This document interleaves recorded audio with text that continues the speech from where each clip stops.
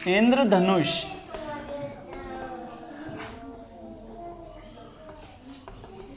क्या है पॉइंट अपना? इंद्रधनुष यानी रेनबो। इसको इंग्लिश में क्या बोला जाता है? रेनबो। ठीक है, अब तुम लोग बताओ मुझे कि इंद्रधनुष क्यों दिखता है? बताओ। तुम लोग भी तो बता सकते हो थोड़ा बहुत, कि सिर्फ मस्ती करना है, कि सिर्फ तुम लोगों को। इंद्रधनुष के बनने का कारण होता है वर्ण विक्षेपण। क्या होता है? नाम सुना है कभी? ये तुम लोग सुनोगे 11th और 12th क्लास में। हाँ ठीक है, कोई इंद्रधनुष का चित्र होगा गधे, वर्ण विक्षेपण तुम वहां पे पढ़ोगे।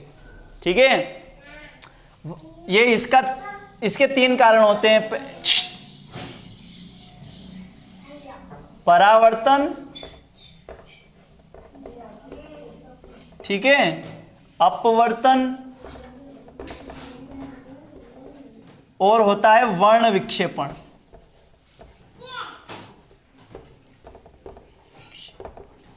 अब जो सूर्य का प्रकाश होता है किस रंग का होता है? वो सूर्य का प्रकाश किस रंग का होता है? सूरज देखा सबने? किस रंग का होता है सूर्य के प्रकाश? अब तुम्हें सफेद ही दिखा होगा शुरू में तो, है ना, लेकिन वो सफेद होता नहीं है, वो 7 कलर का होता है। सूरज का प्रकाश 7 कलर का होता है, लेकिन हमें वो दिखाई नहीं देता। एक प्रिज्म होता है, उसके थ्रू अगर उस प्रकाश को अपन गुजारते हैं तो वो 7 अलग अलग रंगों में टूट जाता है ना। उसी वर्ण विक्षेपण की क्रिया से इंद्रधनुष बनता है, जैसे कि अपन अब यहां पे समझेंगे।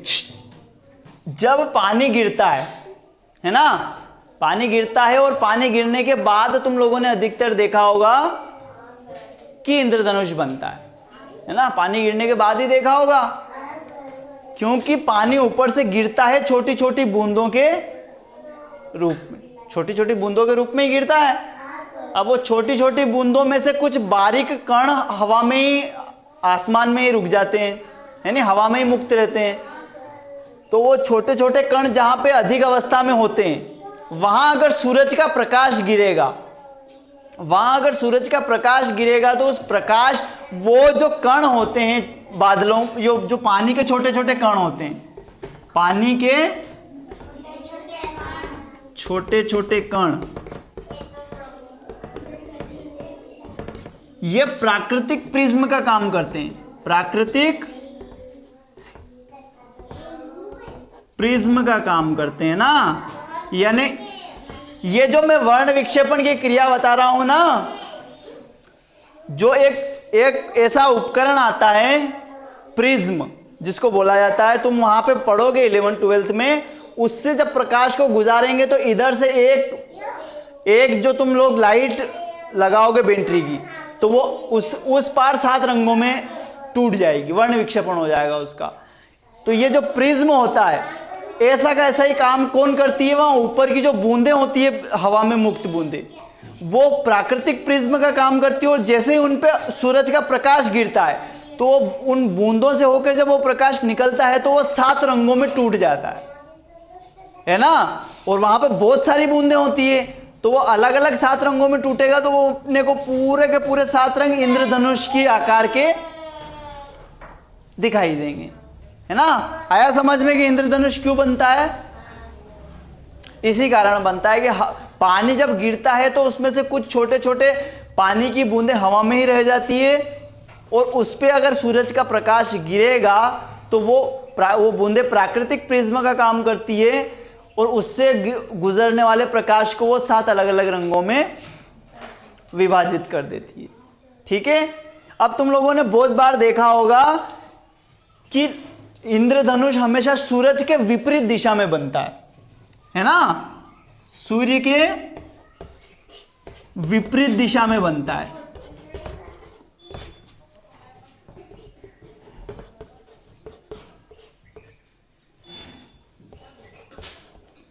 दिशा में बनता है ना। और एक साथ 2 इंद्रधनुष भी देखे होंगे तुम लोगों ने, है ना।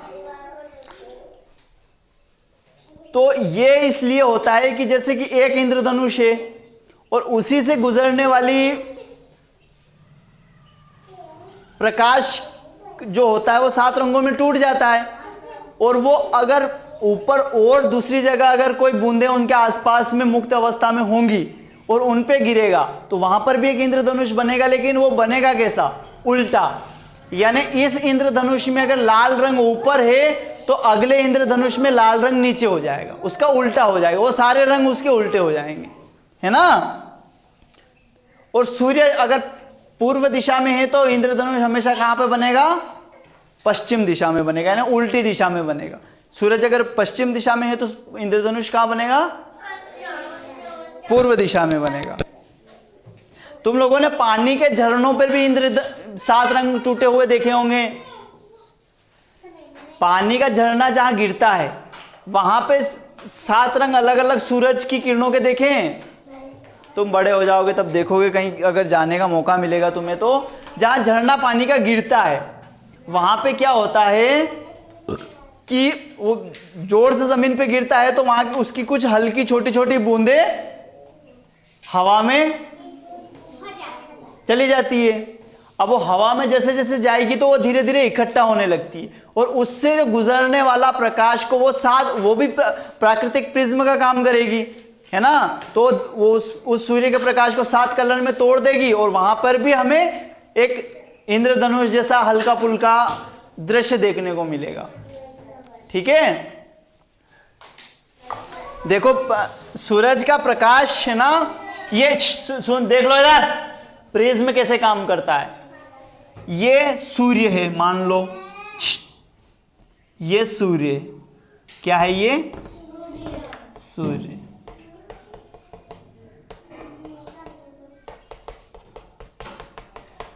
सूर्य से प्रकाश निकल रहा है ना।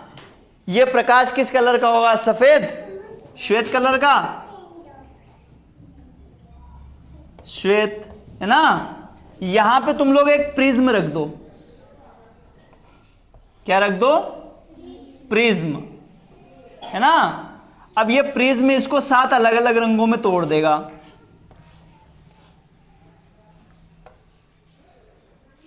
ठीक है, ये 7 अलग अलग रंगों में तोड़ देगा।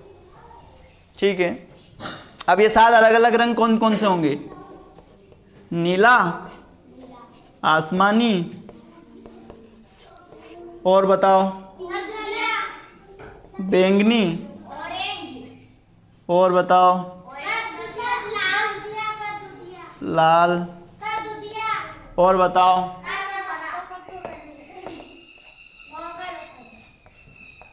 और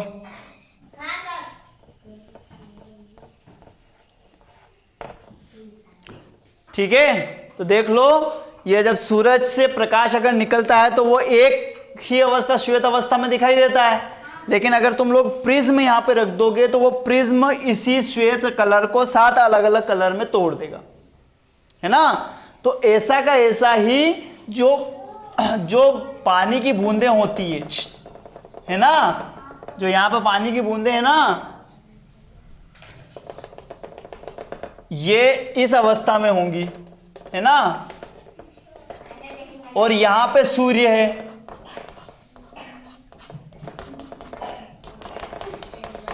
ये सूर्य से प्रकाश आ रहा है, ये सूर्य का प्रकाश आ रहा है, और ये इन सब के संपर्क में आ जाएगा प्रकाश। ठीक है, तो ये सब प्रिज्म का काम करती है बूंदें, और ये 7 कलर में दिखाई देने लगती है, 7 कलर में दिखाई देती है ना, इसलिए इसे इंद्रधनुष कहते हैं।